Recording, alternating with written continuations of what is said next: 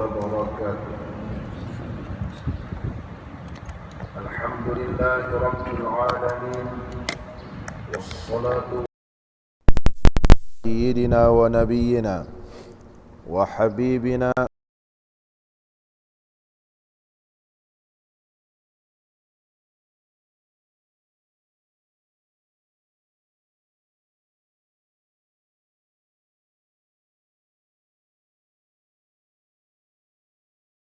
علينا فتوح العارفين وارزقنا فهم النبيين وإلهام الملائكة المقربين. يا حي يا قيوم يا رب موسى وهارون ونوح وإبراهيم ومحمد صلى الله عليه وسلم، أكرمنا بجودة الحفظ والفهم وارزقنا الحكمة وثبات الذهن والعقل والحلم والعلم والنجاح في الدنيا والآخرة بحق سيدنا محمد صلى الله عليه وسلم يا رب العالمين. أما بعد، Alhamdulillah, bersyukur kita kehadrat Allah Subhanahu wa taala kerana dapat kita sama-sama pada pagi ini menunaikan sembahyang fardu subuh secara berjemaah. Kita sama-sama berzikir, sama-sama mengaminkan doa yang dibaca oleh imam kita, dan sama-sama kita mentalaah dan mempelajari kitab Jam'ul Fawaid karangan Syekh Daud Al-Fatani rahimahullah ta'ala. Tajuk yang kita nak bincangkan masih lagi berkaitan tentang bulan Muharram, kelebihan bulan Muharram. Dalam kitab kita ini, Tuan Syekh kita telah membawa satu kisah seorang yang wara' yang telah diamanahkan oleh sahabatnya untuk menjaga hartanya, kerana sahabat ni nak bermusafir ke negara Ajam atau bukan negara Arab. Ketika mana pulang, didapati sahabat yang diamanahkan tadi sudah meninggal dunia. Bila ditanya kepada anak-anak dia kata, arwah bapa tak ada beritahu apa-apa. Jadi dia pun merasa dalam keadaan begitu sedih kerana harta yang ditinggalkan begitu banyak. Telah bertemu dengan Malik bin Dinar rahimahullahu ta'ala. Malik bin Dinar kata, kalau sahabat kamu itu ianya adalah roh yang baik, ditempatkan di antara rukun, iaitu di antara Hajarul Aswad dengan maqam Nabi Allah Ibrahim alaihi salam. Setengah riwayat berada di Telaga Zamzam. Maka sekiranya ia tidak baik, maka dia akan ditempatkan di Telaga Barhud yang berada di Yaman. Telaga Barhud. Jadi Tuan Syekh ni pun telah buatlah amalan, ternyata tidak ada di antara Hajarul Aswad dengan maqam Nabi Allah Ibrahim ataupun di antara tempat Telaga Zamzam. Maka beliau pun telah bermusafir ke Yaman, pergilah ke Telaga Barhud, dan bertemulah roh dengan roh di Telaga Barhud. Dan ketika mana roh dengan roh ini bertemu dan memberitahu bahawa harta tersebut ada tertanam di tempat sekian-sekian, tempat sekian-sekian, dan menceritakan bahawa sebab apa dia dicampakkan ke Telaga Barhud, kerana dia telah memutuskan hubungan silaturahim dengan kakak beliau. Dia minta supaya sahabat ni cuba bertemu dengan kakak dia dan minta supaya halalkan, supaya dihalalkan. Kita sambung pada pagi ini. Qala al-musannifu rahimahullahu ta'ala wa nafa'ana Allahu bi'ulumihi fid daraini amin.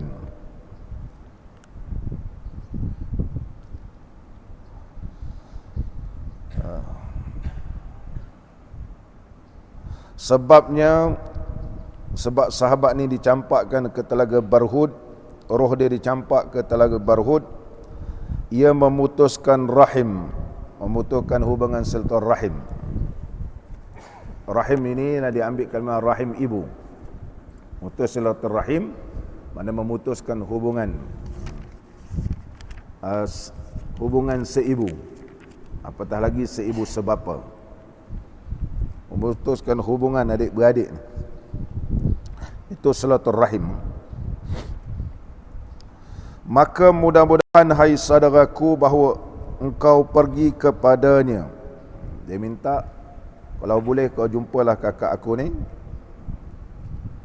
jumpa kakak aku ni, dan kalau boleh minta halal, dan engkau lihat akan halnya, dan kau tengoklah keadaan kakak aku ni macam mana, dan engkau pohonkan bahawa ia menjadikan aku di dalam halal gitu. Maafkanlah, maafkan, minta dia maafkan aku sebab aku masih hidup tak pedulikan dia. Maka tiada bagiku dosa pada Allah yang lain daripada ini, katanya. Yang lain alhamdulillah, sahabat ni seorang yang warak, buat semayang sehingga tawaf, tiap-tiap malam pergi tawaf, baik, puasa sunat. Tapi satu je benda tak baik, memutuskan hubungan silaturahim dengan kakak dia. Itu aja kesalahan aku sehingga malaikat campakkan aku ke telaga Barhud, dia kata, ke telaga Barhud. Maka aku pergi kepada tempat ia menaruh emas itu, maka aku bongkarkan dia, maka aku dapatkan dia. Apa yang aku bertemu dalam alam mimpi, roh dengan roh ni boleh bertemu di alam mimpi. Ternyata betul, cari-cari memang betul. Tempat tersebut memang ada dan aku gali dan dapati emas tersebut. Maka aku dapatkan dia di atas barang yang aku kirimkan dia baginya. Maka aku ambil akan dia dan aku pergi kepada saudaranya, kita katakan kakak dia ni, dan aku jumpa pada dengan kakak arwah sahabat aku ini, dan aku khabarkan dia dengan khabarannya dan menjadikan dia halal. Aku ceritalah bahawa adik kamu ni memang baik, warak, tapi kasihan dia. Dia ceritalah, bukanlah aku ni wali, tapi roh bertemu roh. Aku bertemu adik kamu telah ditempatkan di kalangan roh-roh yang jahat di Telaga Barhud. Telaga Barhud ni muncungnya berada di Yaman. Ulama kata dasarnya ialah api neraka. Dasarnya ialah api neraka yang telah kita bahaskan begitu panjang pada pengajian yang lepas. Dan halalkanlah, dia kata, adik kamu pun dah meninggal dunia, maafkanlah dia. Maka mengadu ia kepada Allah Ta'ala kepapaannya dan kepayahannya, maka kuberikan dia supaya dari suatu daripada emas itu, dan aku berpalingku daripadanya. Maka sayugianya bagi orang mukminin bahawa ia hubungkan rahimnya. Dah tu aku minta kepada dia supaya halalkan dan berdoalah kepada Allah dan mengadu ia kepada Allah, dan mengadu ia kepada Allah kepapaan dan kepayahan, maka aku berikan akan dia daripada emas itu. Aku tengok dia ni pun seorang yang susah, selalu berdoa kepada Allah, maka Allah makbulkanlah. Dengan bertemu dengan aku ni, aku pun ada sedikit harta bagi kat dia dan minta dia dihalalkan. Maka dia pun doa kepada Allah Ta'ala memaafkan kesalahan adik dia supaya ditempatkan ia di kalangan hamba-hamba Allah yang saleh. Mengikut dalam beberapa riwayat, termasuk di dalam kitab Qurratul Uyun wa Mufarrihul Qalbil Mahzun karangan Al-Imam Abu Lais As-Samarqandi rahimahullahu ta'ala, menyatakan selepas kakak dia maaf, sahabat ni bermimpi bertemu dengan sahabat dia ni, tengok sahabat berada dalam syurga, berada dalam kalangan roh-roh yang baik, fi illiyin, disebabkan telah dimaafkan oleh kakak dia. Kita ni tak sambung sampai habis, mengikut dalam beberapa riwayat yang lain. Muslimin dan muslimat yang dirahmati oleh Allah, begitu pentingnya menghubungkan hubungan silaturrahim sesama adik-beradik. Satu ketika Nabi SAW pada waktu petang Arafah duduk bersama-sama dengan para sahabat Nabi SAW. Mana pada petang Arafah tu doa mustajab. Doa mustajab. Nabi SAW bersabda, la yujalisuni man amsa qati'a rahimin. La yujalis, jangan ada seorang pun duduk bersama dengan aku ni. Man, siapa jangan duduk ni? La yujalisuni man amsa qati'a rahimin, mereka yang pada petang-petang ni memutuskan hubungan silaturahim. Falyakum anna, liyakum anna, bangunlah, jangan duduk sini. Aku tak mau ada orang yang buat dosa sehingga menyebabkan doa ni terhijab. Falam yakum ahadun illa rajulun kana min aqsa halaqah. Tak ada seorang pun yang bangun melainkan di penghujung lingkungan majlis ilmu bersama Nabi SAW ni, ada seorang duduk di sana, famakasa ghaira ba'idin, dia duduk tanpa jauh, summa jaa, tiba-tiba dia tampil ke hadapan. Ramai-ramai tu ada seorang belah ujung, tak apa jauh lah, dia pun tampil ke hadapan jumpa Nabi SAW. Faqala lahu Rasulullah SAW, ma laka lam yakum ahadun minal halaqah ghairaka. Jadi Nabi SAW bersabda, tak ada seorang pun bangun melainkan kau. Faqala ya Nabi Allah, maka lelaki ni kata, wahai Nabi Allah, sami'tu alladhi qultahu, aku mendengar apa yang telah engkau sabdakan. Fa ataitu khalatali kanat tusarimuni, dia kata adalah makcik aku ni, dia telah memutuskan hubungan silaturahim dengan aku. Dia kata, faqalat ma ja'aka bika ma hadha da'buka fa akhbartuha billadhi qultu. Dia tanya apa hal kau datang jumpa dengan aku? Aku dah tak mengaku kau ni saudara aku lah begitu.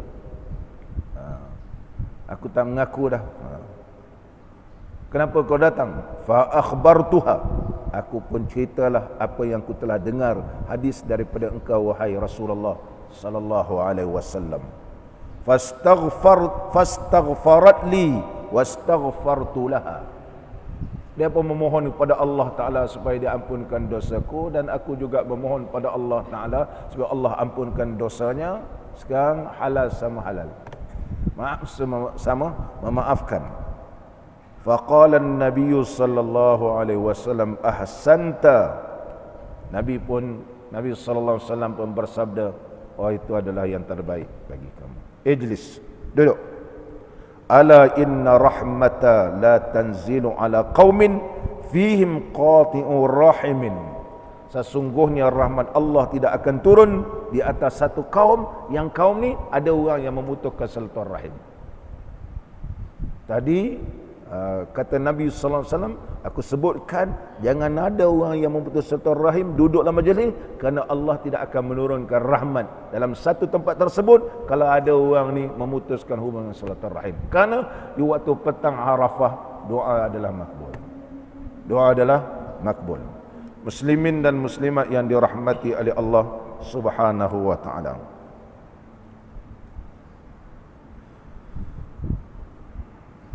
Dan seterusnya lagi, Nabi sallallahu alaihi wasallam telah bersabda, inna silatar rahimi tuqarribul abda min rahmatih wa tuba'iduhu minan nar.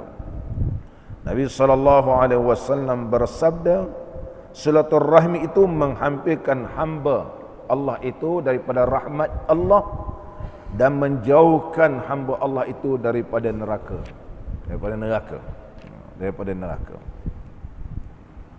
Al-Imam Abu Lais As-Samarqandi telah menyatakan, salasatun min akhlaqi ahlil jannah. 3 perkara ni adalah akhlak penghuni syurga.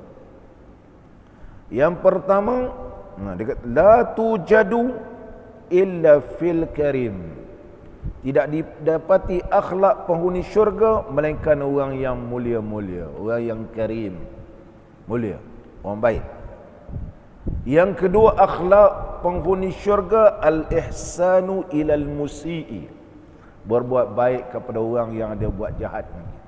Mana kalau orang buat jahat dengan kita, kita bukan doa dia ni jadi mampuslah, celaka, mati, hancur, binasa dan sebagainya, tapi kita doakan supaya Allah beri hidayah, supaya Allah berikan petunjuk.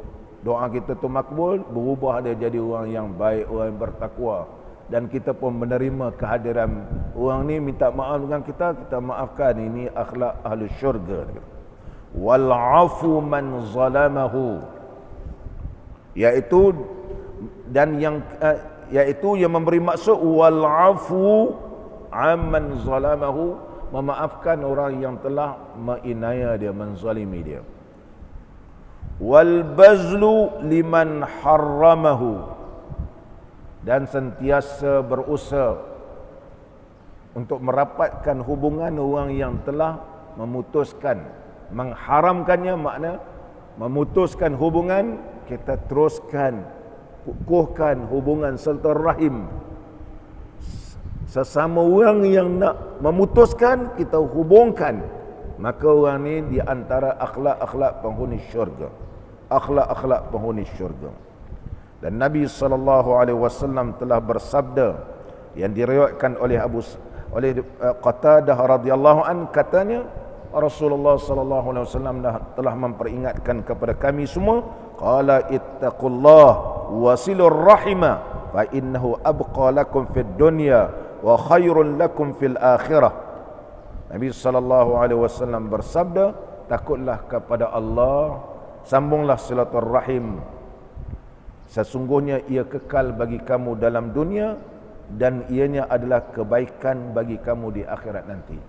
Hubungan silaturahim kita akan jadi rasa kekal, rasa seronok, rasa kemesraan, seronok. Sama-sama dulu waktu kanak-kanak, kita sama-sama dengan adik-beradik, dah tua-tua ni bercakaran, tak ada seronok. Tapi kalau hubungan silaturahim sama adik-beradik ni berkekalan, sekali bertemu, Allahu Akbar, satu kegembiraan yang tidak dapat digambarkan. Dan kamu besok di akhirat, kata Nabi SAW, kamu akan mendapat kebaikan.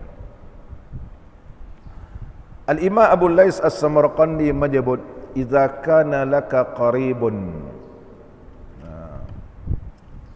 apabila kamu ada kamu kerabat kamu, fala tamshi ilaihi birijlika, kamu tak pernah jumpa dia, tidak berjalan dengan kakimu bertemu dengannya, walam tu'tihi min malika, dan tak pernah pun mengulurkan sedikit bantuan kepadanya, faqad qata'tahu, sesungguhnya kamu telah memutuskan silaturahim. Sebagaimana kisah kita ni, Tok Syekh ni walaupun kuat beribadat, tiap-tiap malam tawaf, tapi tidak pernah menghulurkan sedikit pembantuan kepada kakaknya yang susah, yang apa kenana ni. Ianya dikirakan sebagai memutuskan hubungan silaturahim. Di kalangan para sahabat Nabi SAW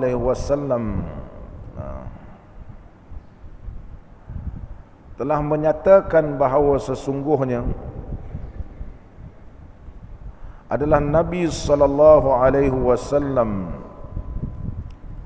telah memperingatkan kepada mereka dengan beberapa riwayat.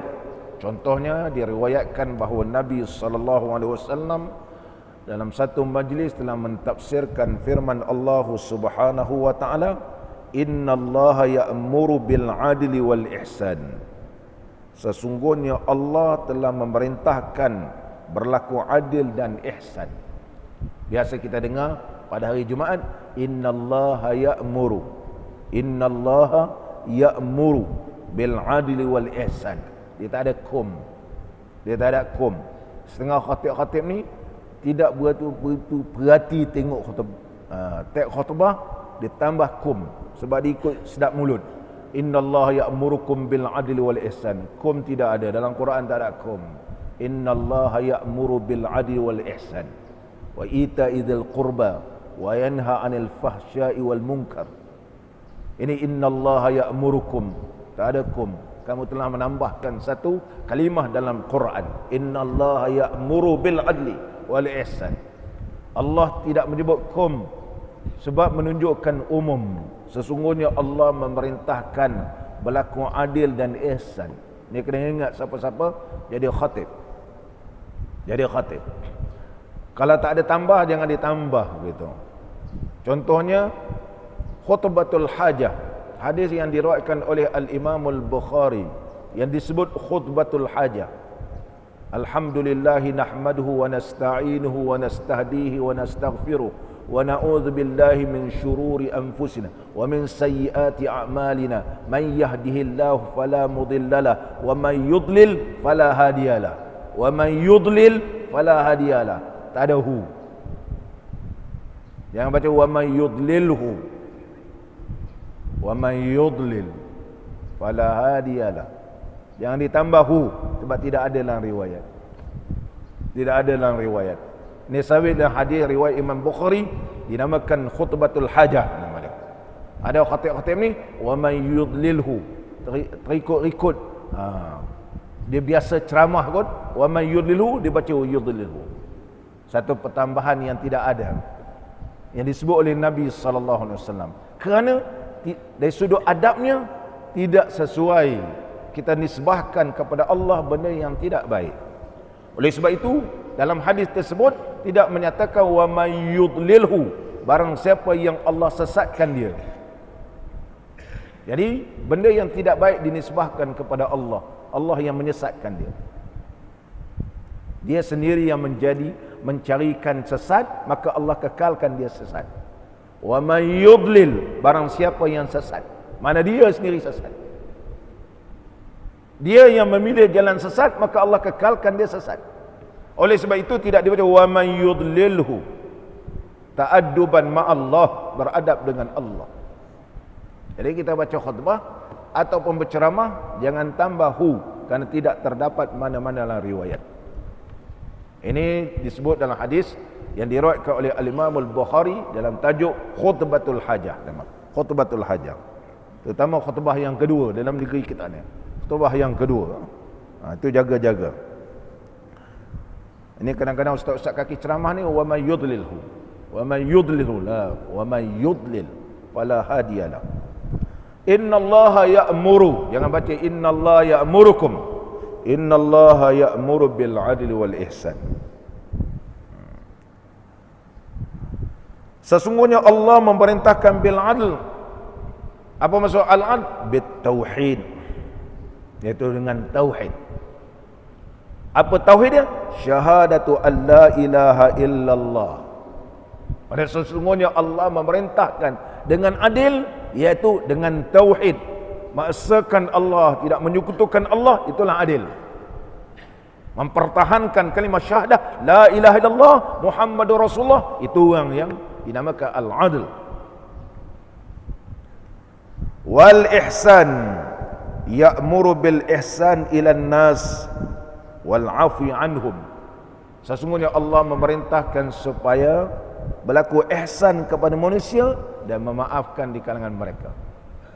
Ini ayat Quran yang biasa kita dengar pada khutbah yang kedua. Wa ita'idil qurba, yang dimaksudkan wa ita'idil qurba, dan bawa datanglah kamu kepada sahabat-sahabat qarib ataupun kaum kerabat kamu. Yang memberi maksud bisilatir rahim, iaitu menghubungkan silaturahim. Tiap-tiap hari Jumaat kita dengar imam baca innallaha ya'muru bil 'adli wal ihsan wa ita'idil qurba. Maknanya disuruhkan kita ini mentauhidkan Allah, jangan kamu jadi orang yang menyekutukan Allah, tapi tauhid yang begitu jitu, yang begitu mantap. Dan yang kedua, maafkan orang, berlaku ihsan sesama orang Islam. Dan yang ketiga, Ni semayang Jumaat ni, jangan lepas semayang memutuskan hubungan silaturahim, tapi kekalkan, hubungkan silaturahim sesama adik-beradik kamu. Tiap-tiap hari Jumaat diingatkan semiang rupa. Menerusi firman Allah Ta'ala, terutama pada khutbah yang kedua. Dan Allah Subhanahu wa Ta'ala melarangkan 3 perkara. Wa yanha 'anil fahsya. Fahsya, Allah menegahkan kamu daripada fahsya, iaitu maksiat. Wal munkar, munkar ma la yu'rafu fi syari'atin wala sunnatin, sesuatu yang tidak diketahui, sama ada dia ada syariat ke ataupun sunnah, tak ada benda ni, maka Allah larang. Jangan kita buat-buat benda yang tidak ada syariat dan tidak ada sunnah Nabi sallallahu alaihi wasallam. Dan yang ketiga, wal bagh ni al-istitalah 'ala nas. Kita selalu memanjang-manjangkan cerita orang. Benda yang tak ada kita ada-adakan. Ini istitalah 'ala nas, biasa berlaku. Kita panjangkan, kalau ada ini kita forwardkan kepada orang lain, benda yang tak ada kita ada-adakan. Benda ni dilarang oleh Allah. Diingatkan pada hari Jumaat, 3 perkara ni jangan buat. 3 perkara tadi hendaklah kamu lakukan. Ya'izukum, yani ya'murukum bihadzal asya'i salasa. 3 perkara ini Allah ingatkan kamu supaya dilakukan. Wa yanhaakum 'anil hazis salasa, dan Allah ingatkan 3 perkara tadi hendaklah kamu tinggalkan. La'allakum tadhakkarun, mudah-mudahan kamu termasuk orang yang mengambil perhatian. Nampak ni, bukan saja-saja baca pada khutbah yang kedua, bukan ianya merupakan adat daripada dulu sampai sekarang orang baca. Di situ ada rahsia dan ada hikmah yang tersirat dalam kalimah innallaha ya'muru bil 'adli wal ihsan wa ita'i dzil qurba wa yanha 'anil fahsya'i wal munkari wal bagh ya'idzukum la'allakum tadhakkarun. Fazkurullah, penghujungnya ingatlah kamu kepada Allah. Yazkurkum, pasti Allah akan ingatkan kamu. Allah ingatkan dengan keampunannya. Tadi kamu minta ampun pada Allah, maka Allah ingatkan dengan keampunan. Tadi kamu minta supaya Allah redha, maka Allah ingatkan dengan keredanya. Tadi kamu mohon kepada Allah Subhanahu wa taala supaya diturunkan segala, diberikan, dicurahkan kelebihan dan limpahan rahmat, ya Allah berikan. Fazkurullah yazkurkum, pasti Allah ingatkan. Ini sentiasa kita dengar daripada dulu sampai sekarang, tiap-tiap hari Jumaat. Tiap-tiap hari Jumaat.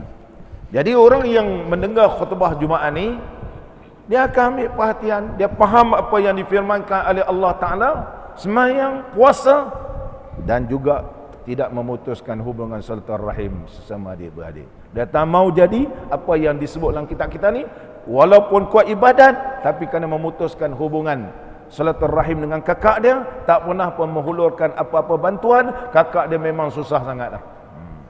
Kalau orang Perak kata melepek habis, memang susah sangat, tak pernah pun beri bantuan, maka dia tergolong di kalangan orang yang darhak ataupun memutuskan hubungan silaturahim.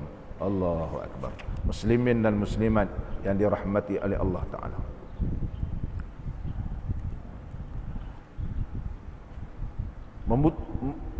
Menghubungkan silaturahim ini disebut oleh para alim ulama, ianya terdapat 10 kebaikan. Yang pertama, anna fiha ridallah, terdapat padanya redha Allah. Mana kita hubung silaturahim, Allah redha. Kita ni kalau Allah redha, insya-Allah sudah terselamat api neraka. Tak dapat redha Allah habis. Allahumma inna nas'aluka ridhaka wal jannah. Ya Allah, ya Tuhan kami mohon redha-Mu. Bila dapat redha baru dapat syurga. Yang kedua, idkhalus surur alaihim. Bila kita hubungkan silaturahim, memasukkan kesukaan ke atas mereka. Mana akan rasa seronok, suka. Yalah, adik-beradik dulu susah sama susah. Kalau pergi sekolah dulu, sama-sama pergi sekolah. Bukan ada beg macam sekarang main tarik-tarik. Beg zaman dulu-dulu ni, kakak-kakak dulu, beg raga ya. Beg raga. Beg raga. Allah, kasut pun masa tu mana ada kapur macam sekarang. Kita kapur bulat tu. Kapur bulat. Sekarang anak-anak ya senang kapur. Kapur bulat bukan senang nak kering. Celup kapur, celup kapur. Nampak ni? Allah. Siapa yang tolong kapur? Kakak. Kakak yang tolong kapurkan kasut. Tapi dah tua-tua sekarang ni, kita putus hubungan sama kakak. Putus hubungan sama adik-beradik. Allah. Mendapatkan kemurkaan Allah. Maka bila kita hubungkan ni, Nabi SAW bersabda, inna afdalal a'mal idkhalus surur 'alal mu'min. Afdal amalan ialah membuatkan satu perkara yang orang rasa suka di kalangan orang yang beriman. Kita adik-beradik rasa seronok, rasa suka, teringat walaupun ayah dan ibu sudah meninggal dunia, tapi hubungan ni seolah-olah macam dulu terasa zaman kanak-kanak. Kakaklah tolong suapkan, adik ni lah yang tolongkan. Allah. Idkhalus surur. Dan yang ketiga, anna fiha farhal malaika. Para malaikat cukup suka bila tengok adik-beradik ni rapat, tak ada putus hubungan. Para malaikat suka. Para malaikat tolong doakan, ampunkanlah dosa mereka ya Allah. Dan yang keempat, anna fiha husnas sana minal muslimina alaihi. Orang ramai ataupun orang Islam ni akan memuji dia. Dia kata adik-beradik sampai 12 orang elok pakat dia. Apalah, petua mak opak dia ni, anak beranak dia semua elok pakat. Apa doa dia? Apa doanya? Apa amalannya? Orang begitu takjub. Aku adik-beradik 3 orang pun bergaduh. Bergaduh. Seorang balik, seorang lagi tak mau balik. Allah. Ini disebut oleh para alim ulama dan seterusnya. Yang kelima, anna fiha idkhalal ghammi ala iblisa alaihi la'natu. Bila kita hubungkan hubungan silaturahim sama adik-beradik ni, kita telah membuatkan iblis dia cukup kecewa lah. Dia akan murung sepanjang hari begitu. Dia tengok orang ni hubungan silaturahim begitu rapat, dia tak boleh, dia jadi susah hati, dia jadi murung iblis.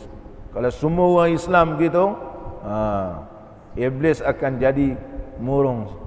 Iblis. Saya telah huraikan pada pengajian lepas, iblis ni sebab dia zakar dengan faras, kanan dengan kiri, dia bertemu saja, dia akan jadi keluarkan anak bertelur jadi 10. Daripada setiap telur ni dia akan jadi beranak-beranak pula lagi.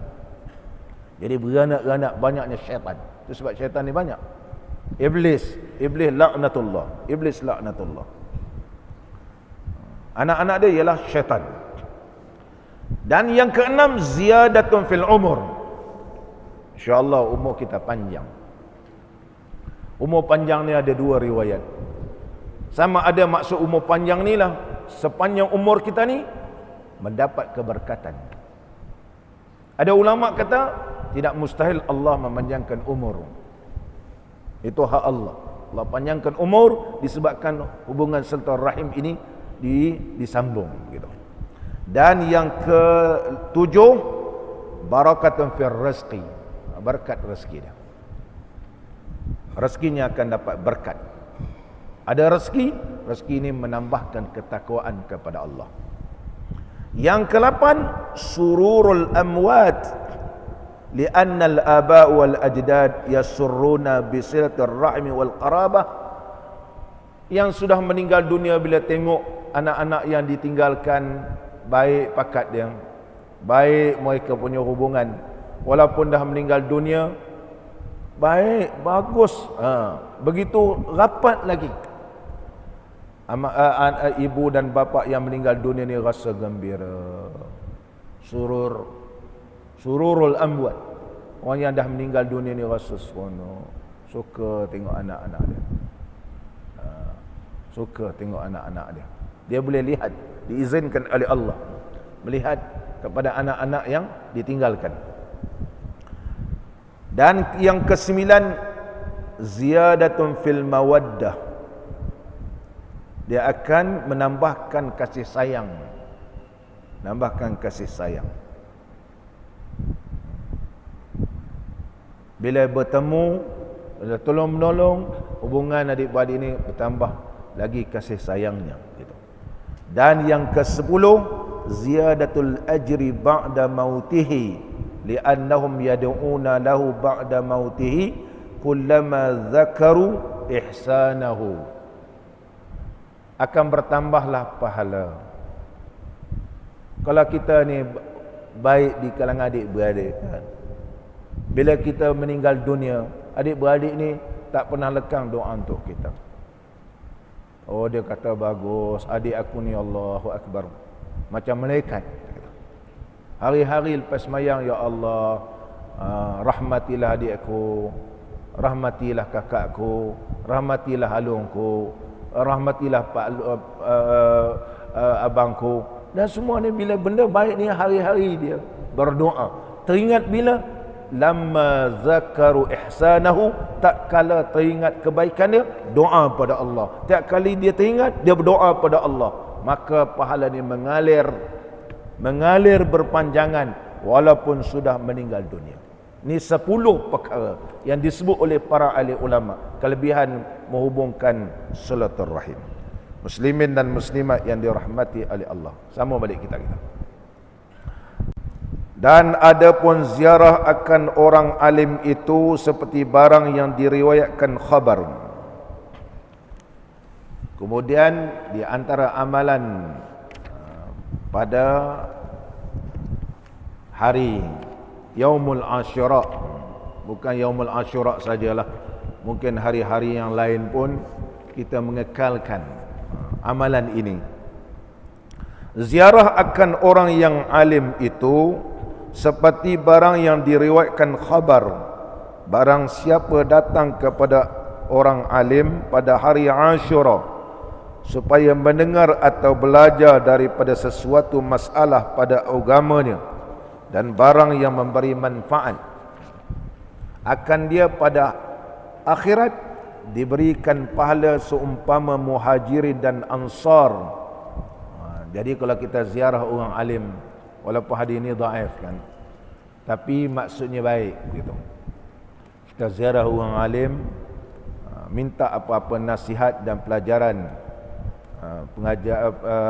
pembelajaran yang beri manfaat kepada kita pada hari akhirat, pahalanya seumpama orang muhajirin dan ansar yang telah didamaikan, yang telah disatukan oleh Nabi SAW dalam peristiwa hijrah, yakni sahabat-sahabat yang pindah daripada Mekah, muhajirin, kemudian dan ansar itu orang yang Madinah yang menolong Nabi SAW, dan diwajibkan dia Allah Ta'ala baginya syurga.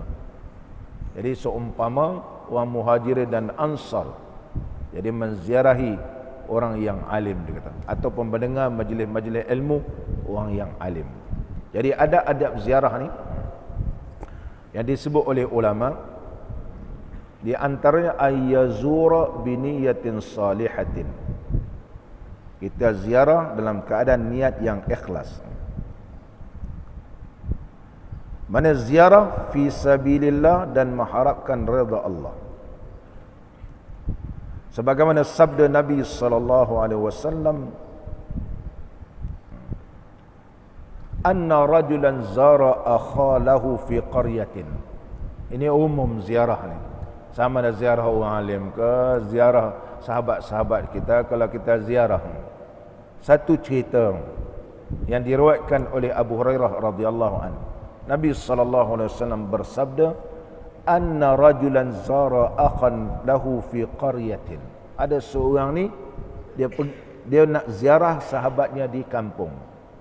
Fa arsalallahu ta'ala ala madrajatihi malakan. Ketika mana dalam perjalanan Allah utuskan malaikat berbentuk seperti jasad manusia. Jasad manusia. Mana dia nak pergi jumpa kawan dia, berjumpa ada seorang ni dalam perjalanan, rupanya dia malaikat tapi rupa manusia. Falamma ata alaihi, bila dia lalu orang ni tanya dia, aina turidu, kau nak pergi mana? Qala uridu akhan li fi hadzal qaryah. Dia kata aku nak jumpa kawan di kampung ini. Faqala hal laka alaihi min ni'matin, adakah bagi kamu ke atas dia nikmat, tarubbuha ay tatlubuha, kau nak minta apa-apa ke dekat dia? Tu dia. Kau jumpa kawan ni sebab apa? Nak minta sesuatu ke? Qala la, aku bukan nakkan sesuatu, tapi ghaira anni ahbabtu fillahi ta'ala, tapi aku ziarah kerana aku cintakan ia kerana Allah, suka dia kerana Allah.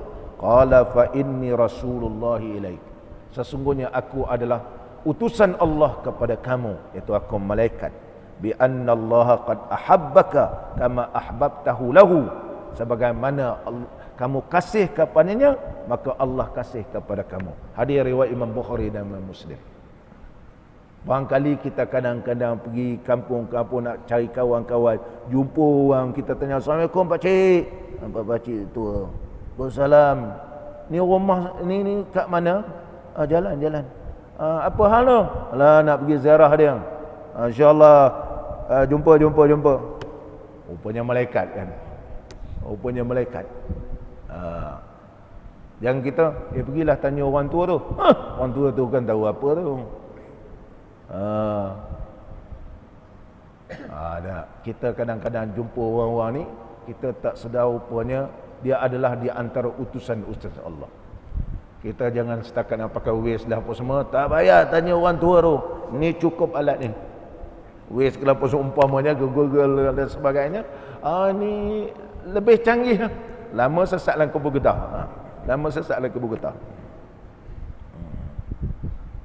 Terpaksa tanya juga, tanya orang tua ni. Itu kadang-kadang Allah Subhanahu Wa Taala nak menguji kita, dan Allah Subhanahu Wa Taala nak bagikan kita ni ziarah seseorang ni mendapat pahala di sisi Allah Taala. Allahu Akbar. Begitu. Dan yang kedua, ayyurai al-halal munasiba wala yashqu 'alal mazur. Dan hendaklah kita pilih waktu yang munasabah ketika kita nak ziarah. Bila nak ziarah ni, pilihlah waktu yang munasabah, Muslimin dan muslimat yang dirahmati oleh Allah. Di antara kelebihan orang alim, sebab apa kita ziarah orang alim? Sayyiduna Ali radhiyallahu an berkata, al-alimu afdalu minas saimi al-qaimil mujahid. Orang alim itu terlebih afdal daripada orang yang berpuasa dan waktu malamnya ianya sembahyang tahajud, dan waktu siangnya ia berjihad fi sabilillah. Fa idza matal alimu sulima fil islami sulmah la yasudduha illa khalfun minhu. Apabila seorang orang alim meninggal dunia, diumpamakan dinding yang terserpih, mana pecah dah. Macam dinding tu, kalau dah sompek kalau nak cari balik tu bukan senang.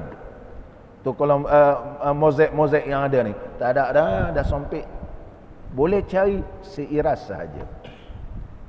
Nak betul-betul Masjid Nabi yang ada, Masjidil Haram, Masjid Nabawi, bila terkopek dia boleh tukar sama walaupun dah 20 tahun dah, sebab dia ada simpan. Masjid Azim terkopek tu, sompek, nak tukar lain susah nak cari. Adalah lebih kurang sikit. Sebab itu Sayyidina Ali radhiyallahu anhu menyebut, apabila orang alim itu meninggal, seolah-olah seperti dinding yang tersopik, maknanya terpecah gitu. Dah serpih, la yasudduha, tak ada yang boleh tampal semula, illa khalfun minhu, kecuali penggantinya lebih kurang sama dengan dia. Boleh cari yang pengganti seperti orang alim yang warak, belum tentu.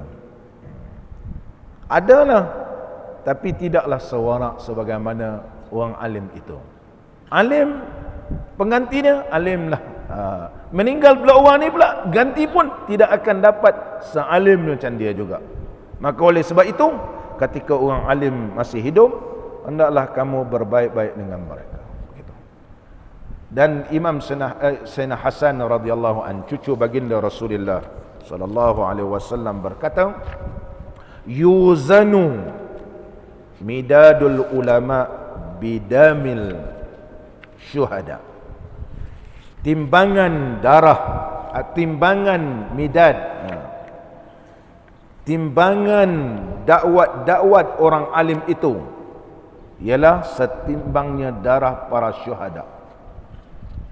Bila ditimbanglah, yuzanu, ditimbang, midadul ulama, dakwat ulama, bidamil syuhada, dengan darah syuhada, fayurajjahu midadul ulama, maka dia kata dakwat ulama itu adalah lebih mengatasinya. Mana ulama ni dengan dakwatnya, karangan dia, ataupun dengan ilmu dia, ianya mengatasi para syuhada. Para syuhada, syuhada satu sahaja. Ulama ni mengajar orang supaya bertakwa kepada Allah, memperbaikikan diri, mengajak mereka supaya mempertahankan agama Allah. Banyak yang diajak. Adapun syuhada, dia mempertahankan agama satu, tetapi ulama dia banyak dia punya aktiviti dia dan banyak peranan dia. Oleh sebab itu, hendaklah kita menghormati para alim ulama, dia kata. Muslimin dan muslimat yang dirahmati oleh Allah. Dan seterusnya, an yuhsina khitabahu ma'asy-syaikh biqadri al-imkan, fala yaqulu lima wala nusallima wala man naqala hadha wa man wala aina mawdi'uhu. Dan kalau dia kata nak panggil tuan syekh ni, panggillah dengan panggilan yang baik. Kalau nak panggil syekh ni, panggillah panggilan yang baik. Panggil dia ustaz, syekh, gitu. Yang kita panggil you macam mana, gitu.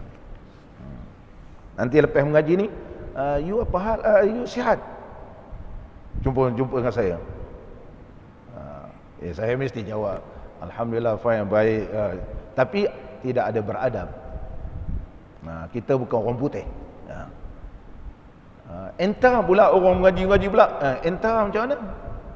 Dengan guru kita kena panggil ustaz macam mana, syekh macam mana. Ta'adduban ma'al syekh. Kita mesti beradab gitu. Kena ada adab gitu. Barulah dapat limpahan rahmat.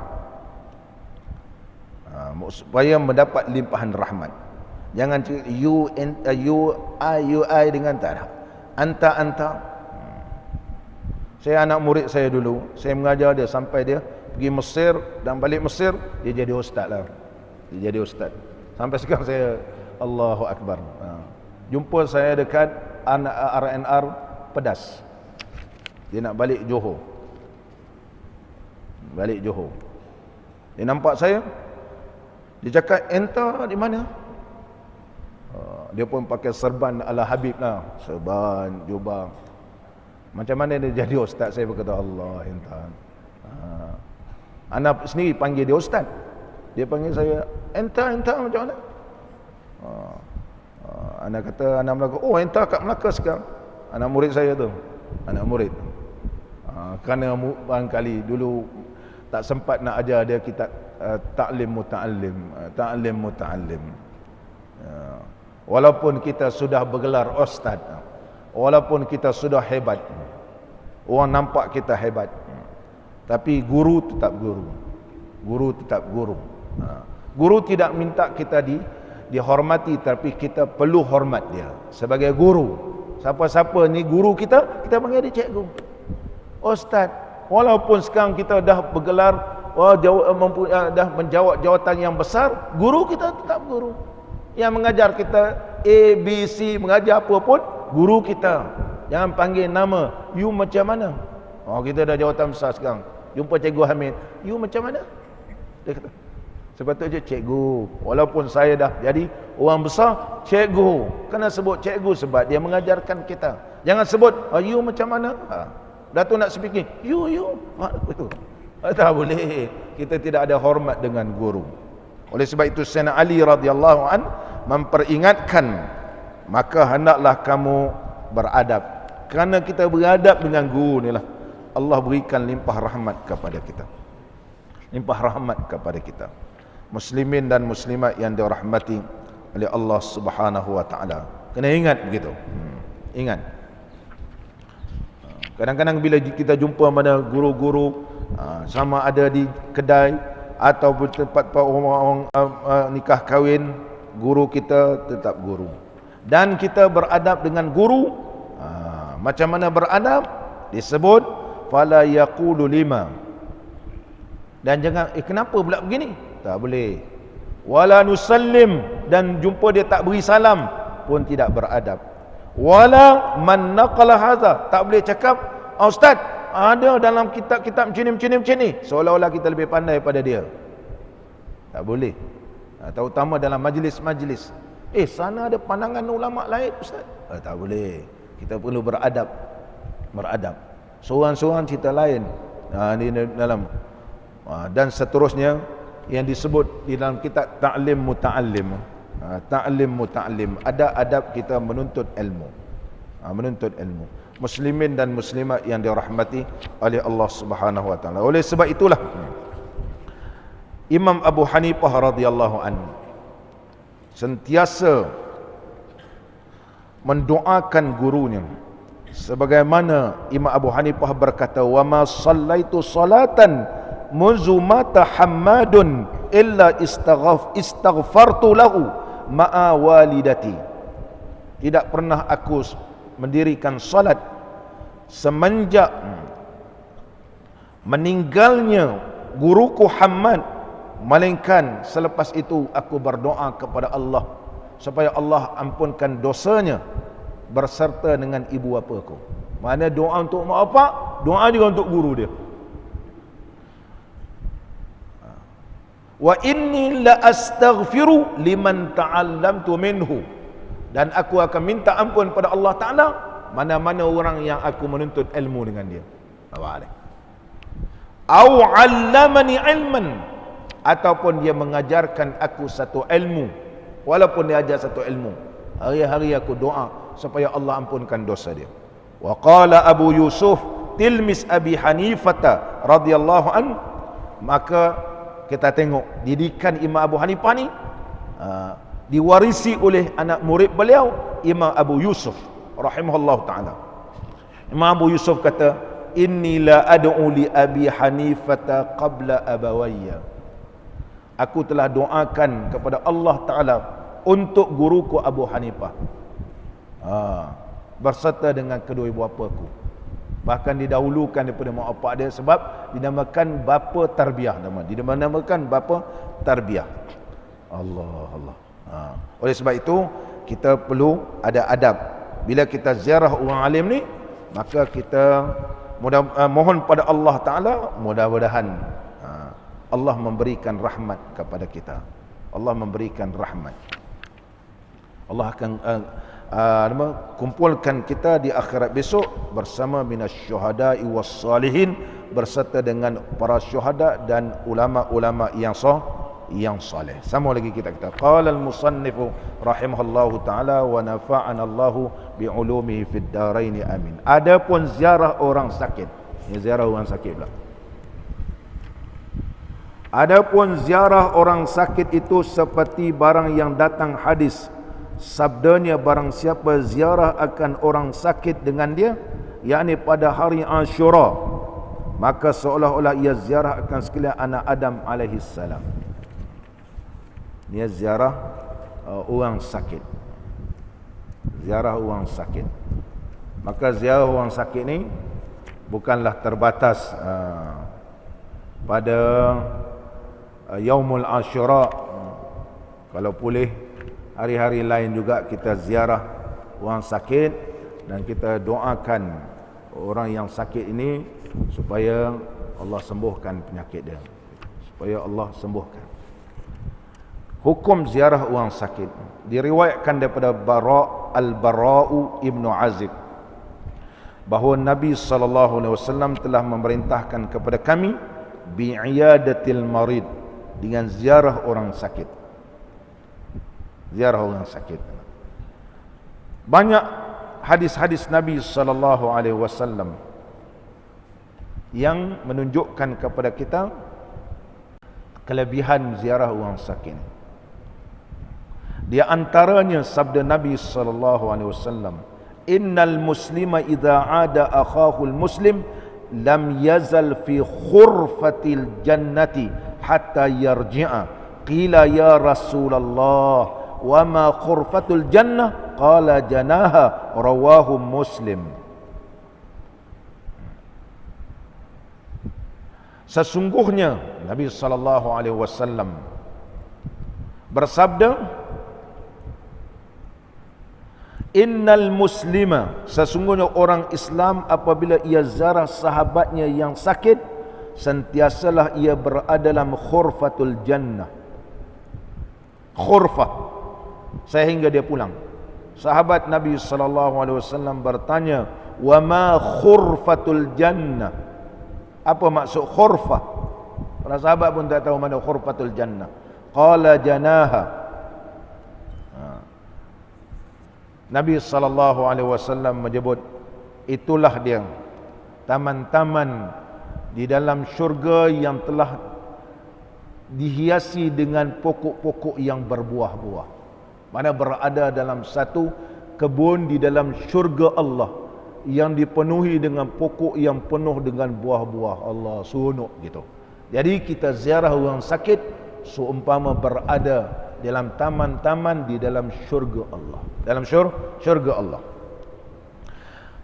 Diriwayatkan daripada Sayyiduna Ali radhiyallahu anhu bahawa Nabi SAW telah bersabda, ma min muslimin ya'udu musliman, mana-mana orang Islam yang ziarah orang Islam ghadwatan, iaitu pada waktu pagi, illa salla alaihi sab'una alfa malakin hatta yumsiya.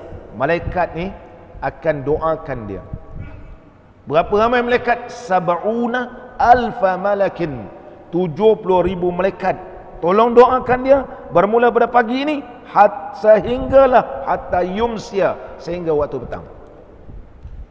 Wa in ada ashiyatan, bila dia ziarah sahabat yang sakit waktu petang, illa salla alaihi sab'una alfa malakin, 70,000 malaikat ni tolong doakan hatta yusbiha, sehinggalah waktu pagi.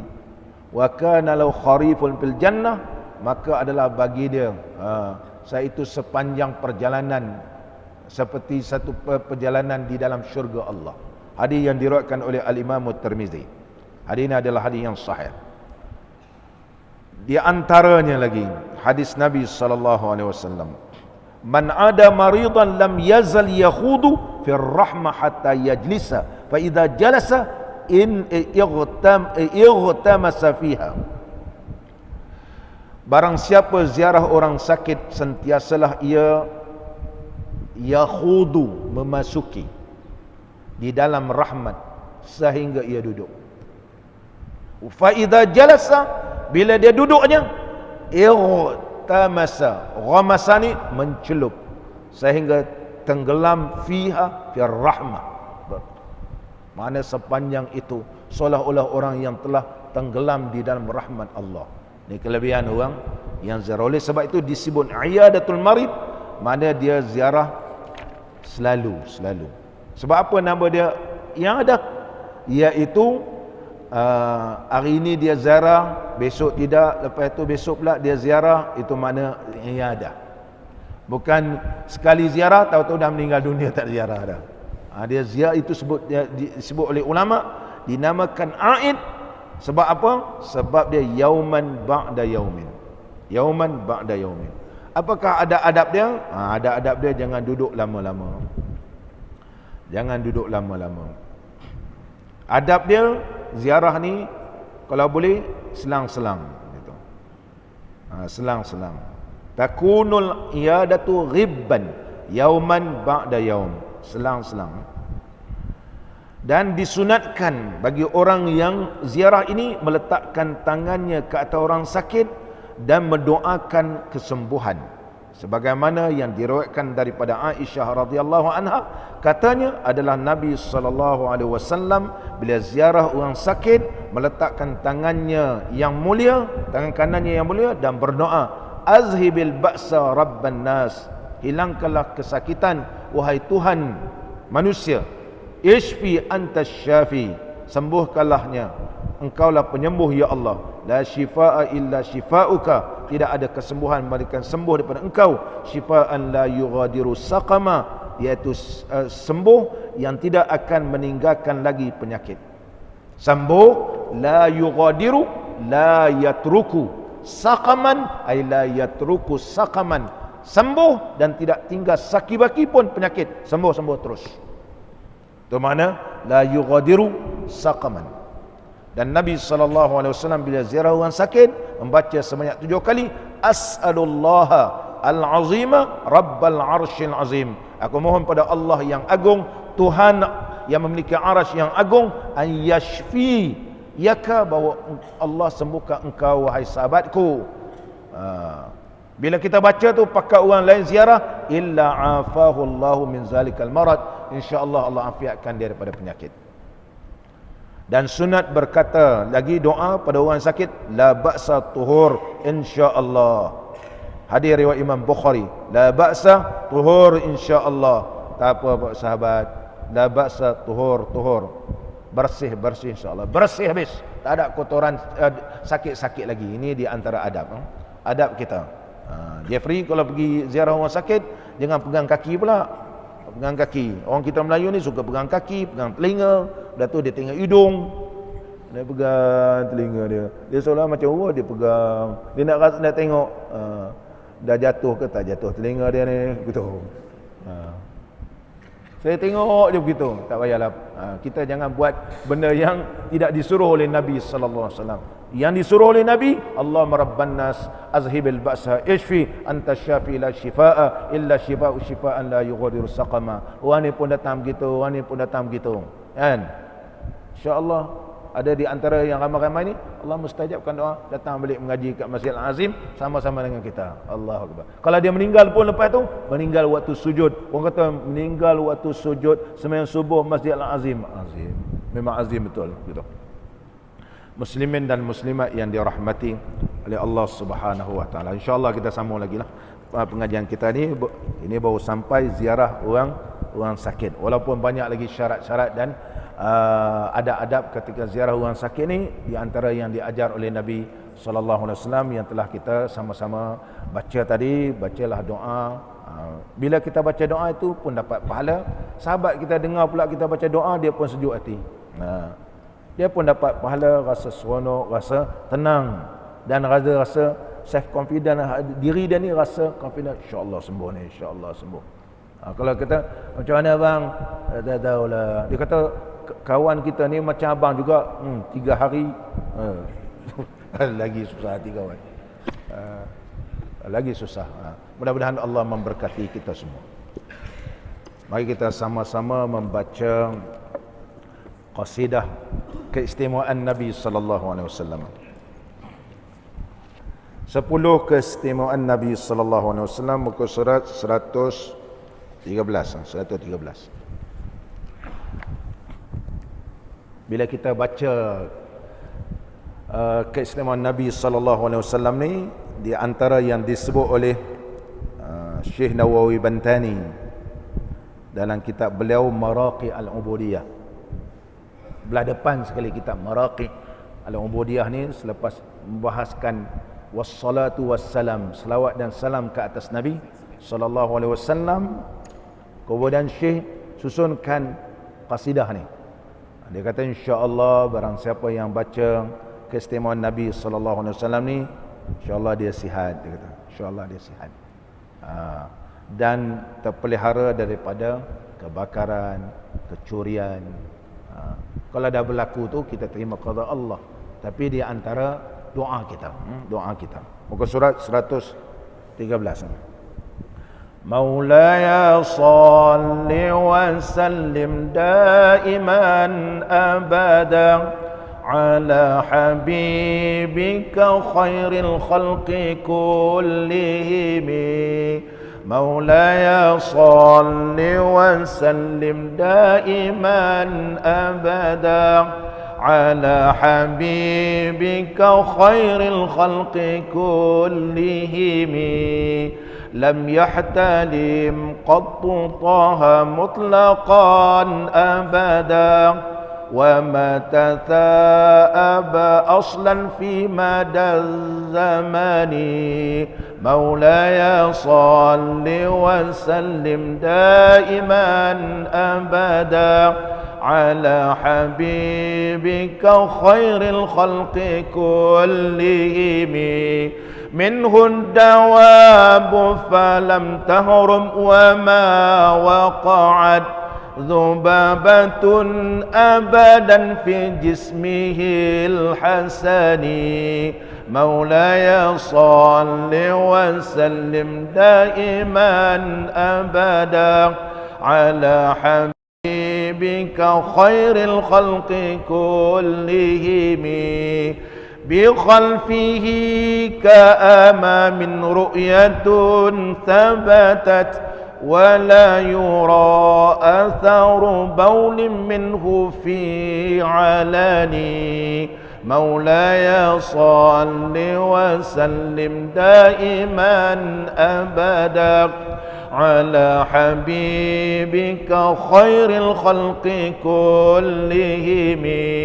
وقلبه لم ينم والعين قد نعست ولا يرى ظله في الشمس ذو فطان.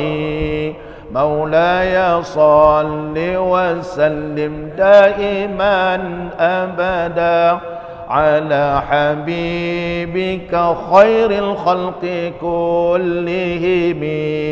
كتفه قد علت قوما إذا جلسوا عند الولادة صف يد بمختتني. مولاي صل وسلم دائما أبدا على حبيبك خير الخلق كلهم. هذه الخصائص فاحفظها تكون آمنا من شر نار وسراق ومن مهان. مولاي صل وسلم دائما أبدا على حبيبك خير الخلق كلهم. مولاي صل وسلم دائما أبدا على حبيبك خير الخلق كلهم. بسم الله الرحمن الرحيم. الحمد لله رب العالمين والصلاة والسلام على سيدنا ونبينا وحبيبنا محمد وعلى آله وصحبه أجمعين. اللهم صل على سيدنا محمد صلاة ننال بسرها حفظ القرآن والعمل به وارزقنا منه علما منيرا وسلم تسليما كثيرا برحمتك يا أرحم الراحمين. اللهم صل على سيدنا محمد صلاة تبلغنا بها العمرة وحج بيتك الحرام وزيارة حبيبك ونبيك سيدنا محمد عليه أفضل الصلاة الصلاة والتسليم في صحة وعافية وسلامة ولطف وبلوغ المرام. اللهم لا تمتنا حتى نرى باب السلام ونصلي خلف المقام إبراهيم عليه السلام ونشرب ماء زمزم في مسجد الحرام ونزور حبيبك ونبيك سيدنا محمدا صلى الله عليه وسلم بيسر ولطف وبلوغ المرام. ربنا آتنا في الدنيا حسنة وفي الآخرة حسنة وقنا عذاب النار. وصلى الله على سيدنا محمد وعلى آله وصحبه وبارك وسلم والحمد لله رب العالمين.